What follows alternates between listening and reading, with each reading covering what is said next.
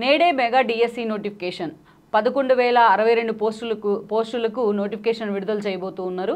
మే లేదా జూన్లో ఆన్లైన్ విధానంలో పరీక్షలు 23 నోటిఫికేషన్ రద్దు అంటే 2023లో ఇచ్చిన నోటిఫికేషన్ రద్దు చేస్తూ ప్రభుత్వం ఉత్తర్వులు అనుకోవాలి. పాత అభ్యర్థులు మళ్ళీ దరఖాస్తులు చేయాల్సిన అవసరం లేదు. ఆల్రెడీ మనం ఈ వార్త వారం రోజులుగా ప్రతి పేపర్ కూడా తెలంగాణ ఎడిషన్లో హైలైట్ చేసే ప్రయత్నం అయితే జరుగుతూ వస్తుంది. దీనికి సంబంధించి ఈరోజే నోటిఫికేషన్ రాబోతోంది. అంటే ఎంతోమంది అర్హులైన వాళ్ళంతా కూడా ఎంతో కాలంగా ఎదురు చూస్తున్న నిరుద్యోగులకు ఇది నిజంగానే ఒక శుభవార్త కన్నా పెద్ద వార్త అనుకోవాలి.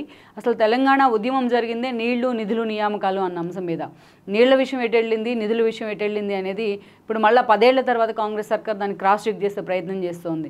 మరోవైపు చూసినట్లయితే నియామకాలు అనేది చాలా ప్రయారిటీ. ఎందుకంటే ఆ రోజు చూసినట్లయితే దాదాపు 1500 మందికి పైగా విద్యార్థులు బలిదానాలతోనే తెలంగాణ ఏర్పడింది. సో తెలంగాణ వస్తే తమ బతుకులు బాగుపడతాయనే ఆలోచనతోనే ఆ రోజు ఎంతోమంది తమ ప్రాణాలను కూడా త్యాగాలుగా పెట్టి ఆ రోజు తెలంగాణ తీసుకొని వచ్చారనేది అక్షర సత్యం. అలాంటి సిచ్యువేషన్ నుంచి ఈరోజు నియామకాలకు సంబంధించి గత 10 ఏళ్లుగా స్టూడెంట్స్ కానీ నిరుద్యోగులు కానీ రోడ్డెక్కని రోజు లేదంటే ఆశ్చర్యం అయితే కాదు. ఏదైతే ఉద్యోగాల ప్రక్రియలో ఉద్యోగాల నోటిఫికేషన్ కావచ్చు, జాబ్ నోటిఫికేషన్స్, క్యాలెండర్స్ కావచ్చు. సో ఈరోజు రేవంత్ రెడ్డి వచ్చిన దగ్గర నుంచి కూడా మ్యాక్సిమం గతంలో పెండింగ్ ఉన్న వాటన్నిటినీ సార్ట్అవుట్ చేసుకుంటూ వస్తున్నారు. ఆల్రెడీ మనం చూసాం కూడా డిఎస్సి ఆల్రెడీ గ్రూప్ 1 నోటిఫికేషన్ కూడా వచ్చింది. ఇక ఫైర్ సేఫ్టీ దగ్గర నుంచి పోలీసుల శాఖలో నియామకాలు కూడా చేస్తూ ఉన్నారు. మెడికల్ కాలేజీల్లో కాంట్రాక్ట్ పోస్టులు భర్తీకి కూడా ఆల్రెడీ నోటిఫికేషన్ ఇచ్చున్నారు. లేటెస్ట్గా చూస్తే సింగరేణికి సంబంధించి కూడా నోటిఫికేషన్ ఇస్తున్న పరిస్థితి కొన్ని ఉద్యోగాలకు సంబంధించి. ఇక విద్యుత్ శాఖలో ఉద్యోగాల మీద కూడా ఫోకస్ పెట్టబోతూ ఉన్నారు. సో ఇదే అంశానికి సంబంధించి ఇక్కడ నేడే మెగా డిఎస్సి నోటిఫికేషన్ అయితే గత ప్రభుత్వం 2023లో ఇచ్చిన నోటిఫికేషన్ను మళ్ళీ రద్దు చేస్తున్నాం. కొత్తగా మళ్ళీ నోటిఫికేషన్ కూడా రాబోతోంది.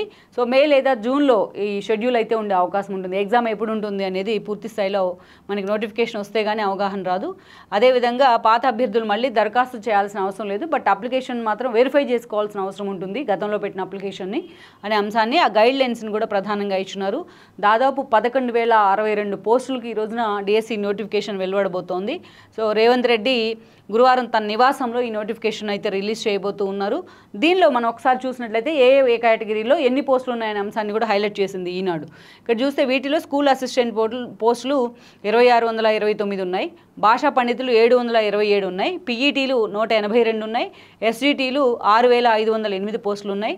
ప్రత్యేక కేటగిరీలో స్కూల్ అసిస్టెంట్లు 220, అదే కేటగిరీలో ఎస్జిటీలు 796 పోస్టులు ఉన్నాయి. దరఖాస్తుల గడువు నియమ నిబంధనలు వెల్లడించున్నారు త్వరలోనే.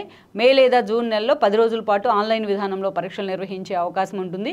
సో గత ఏడాది సెప్టెంబర్ 6న 5,089 పోస్టులతో జారీ చేసిన డిఎస్సి ప్రకటనకు రాత్రి ప్రభుత్వం గురువారం రద్దుకు జారీ చేసింది. సో అది రద్దయింది. కొత్త నోటిఫికేషన్ ఈరోజు రేవంత్ రెడ్డి తన ఇంట్లోనే రిలీజ్ చేయబోతూ ఉన్నారు. దానికి సంబంధించి ఎగ్జామ్ డీటెయిల్కి సంబంధించి కూడా షెడ్యూల్కి సంబంధించి మనకి పూర్తి స్థాయిలో ఈరోజే క్లారిటీ వచ్చే అవకాశం అయితే ఉంటుంది.